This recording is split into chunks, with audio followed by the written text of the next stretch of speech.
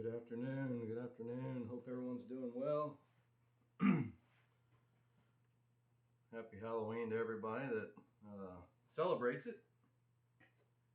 And so I got some pretty important things here to inform you guys on. Thwarted Michigan Halloween terror plot had connections to ISIS in Michigan.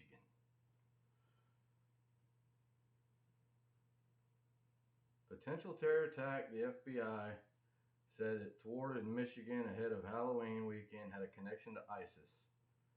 Fox News has learned. The federal law enforcement sources told Fox earlier Friday that the attack plot was tied to international terrorism. But more information was not immediately available. Stuff's still coming out on this. So the FBI said Friday that it prevented a potential terrorist attack in Michigan, arresting multiple suspects accused of plotting violence over the Halloween weekend. Quote, this morning the FBI thwarted a potential terrorist attack and arrested multiple subjects in Michigan who were allegedly plotting a violent attack over Halloween weekend, the FBI Director Kash Patel posted on X.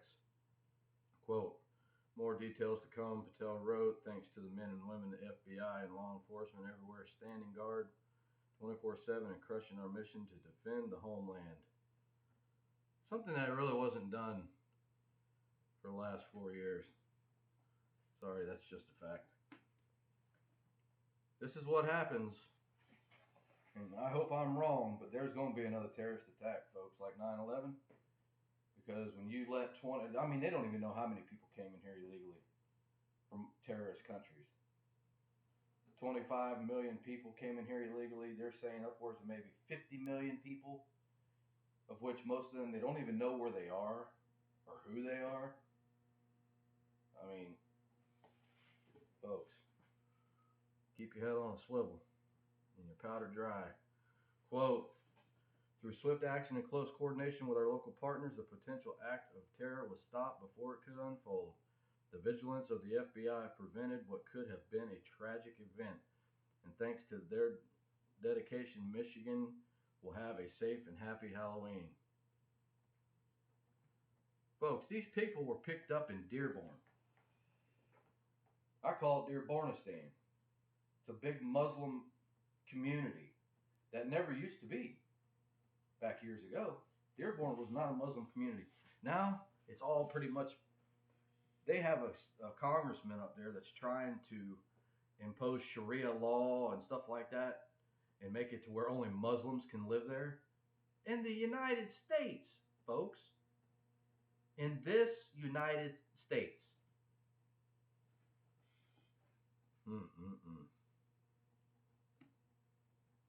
Unbelievable. I don't know how you guys feel about it, but you better not go to Dearborn. White House responds to reports of Trump preparing to hit military targets inside Venezuela. Another narco boat, by the way, was blown out of the water today. White House pushed back on media reports suggesting that President Donald Trump administration had identified and was imminently poised to strike military targets within Venezuela. Although Trump has signaled for weeks he's prepared to launch land operations against Venezuela, the White House cast doubt on the new media reports. Quote, unnamed sources don't know what they're talking about, White House spokeswoman Anna Kelly said in a Friday statement to Fox News Digital. Any announcements regarding Venezuela policy would come directly from the president. Excuse me. The Wall Street Journal reported Thursday that the Trump administration had identified military targets within Venezuela that are being used to transport drugs, although the news outlet said that Trump hadn't formalized a decision on whether he would launch land strikes against these targets. In my opinion, ladies and gentlemen, it's coming. Because Trump is serious about this poison coming into the United States, killing our people from Venezuela. Matter of fact, he spoke with Xi Jinping yesterday because all their precursors to make the stuff is coming from China as well. And President Xi vowed that it was going to stop, And Trump's relaxed the tariffs, I believe, on China as of right, today. Um, but we'll see how serious President Xi is about that. Trump told reporters Friday on Air Force One a decision hadn't been made about whether he would strike military targets within Venezuela. Additionally, the Miami Herald reported Friday that the administration had decided to conduct strikes against these military installations within Venezuela that could come in a matter of days or even hours. Maduro better watch out. Nicolas Maduro better watch out, because this fixing to go hot over there. It's just my opinion. My opinion. Y'all make of what you want, but that guy's gonna get toppled, and rightfully so. He should. I mean, what his people live through over there is just horrendous, y'all. Horrendous. The Herald reported that the pending strikes were part of a larger effort the Trump administration is initiating to crack down on the cartel de las Sols, which Attorney General Pam Bondi had said Venezuela President Nicolas Maduro heads up. The Trump administration did not recognize Maduro as a legitimate head of state, and the administration beefed up the reward for information leading to Maduro's arrest to $50 million, claiming he is, quote, one of the largest narco traffickers in the world. The guy was not even elected. So, and there's even a video of that new boat being blown out of the water. Meanwhile, the U.S. military has ramped up its attacks against alleged drug boats in Latin America, totaling at least 14 strikes since the beginning of September. Additionally, Trump had instructed the U.S. Navy's newest aircraft carrier, the USS Gerald Ford, to head to the region. Ruh-roh. Brent Sadler, a senior fellow for naval warfare and advanced technology at the Heritage Foundation, a conservative think tank in Washington, said that the carrier's presence means Trump has additional resources to conduct more strikes against cartels. Meanwhile, Trump has routinely said for weeks he may move ahead with land operations against Venezuela next, in addition to his sea strikes. Like I said, it's fixing to go hot over there. The Ford's arrival in South Com area is not unprecedented, but given the ongoing attacks on cartel boats, significant. I see this move as intended to deter Venezuela from escalating the crisis and providing the president extra options should he want to increase the attacks on the cartels, Sadler said in an email to Fox News Digital Money. That said, I would anticipate the Ford's air wing being very active in air surveillance and defense. Boom! Yeah, get rid of all these subhumans sending this crap over here, killing our people. This is all by design, y'all. It's all by design. The Chinese are doing it by design, and so are the Venezuelans, to destroy our country from within. And this is what presidents swear to take an oath to: protect and defend, Joe Biden. You don't destroy your country, you build it up, right? Now this is a pretty important one here. Trump breaks 33-year nuclear testing silence as world braces for dangerous new arms race. President Trump announced that the United States will resume nuclear weapons testing for the first time in more than 3 decades, has sent shockwaves through both Washington and world capitals. He argues the move is necessary to, quote, keep peace with Russia and China, whose programs he claims are active, and to ensure that America's deterrent remains credible. We will not be outmatched, Trump declared, ordering the Pentagon to, quote, immediately begin preparations. Peace through strength. Remember that. Peace through strength. Strength. Not this little panty-waisted crap we have had for the last 4 years where we were just laughed at, man, all around the world. Does anybody remember the Reagan administration?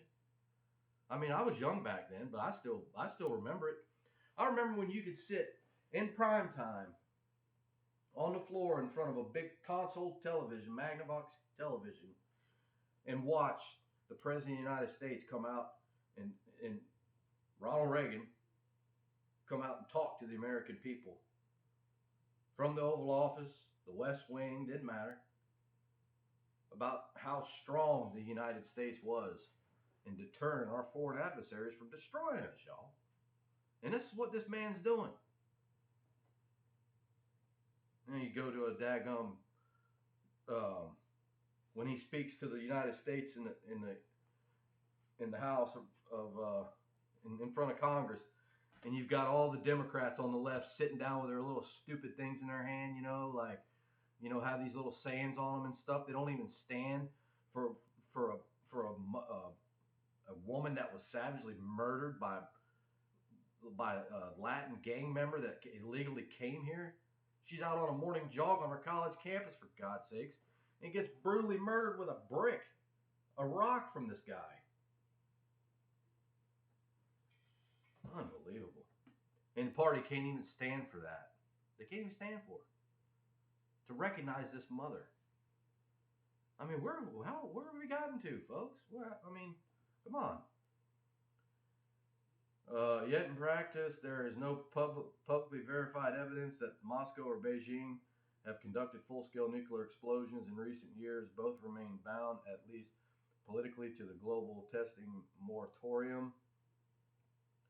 America, for its part, has maintained a robust and credible deterrent through its stockpile stewardship and management program, using advanced computing materials, science, and subcritical testing to ensure our arsenal is reliable without detonating a single weapon since 1992. However, Russia's 2023 de-ratification of the Comprehensive Nuclear Test Ban Treaty, the CTBT, signals potential erosion of that restraint. In short, our nuclear arsenal works. Our delivery systems are being modernized. Brief history lesson, written in fire. To understand what is at stake, it helps to recall how we got here. The U.S. conducted its first nuclear test, the quote-unquote Trinity explosion, on July 16, 1945, in New Mexico. Over the next half-century, America performed more than 1,000 nuclear detonations, first in the atmosphere, later underground and underwater. Each test expanded our understanding of the bomb's formidable power and devastating potential, but the environmental and human toll from the Pacific Islands to Nevada was staggering. Wow.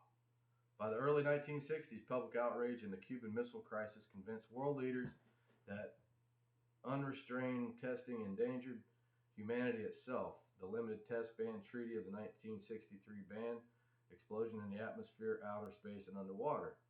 The final U.S. test occurred on September 23, 1992, after which Washington joined a global moratorium pending ratification of the CTBT, still unsigned by a few key states, including ours.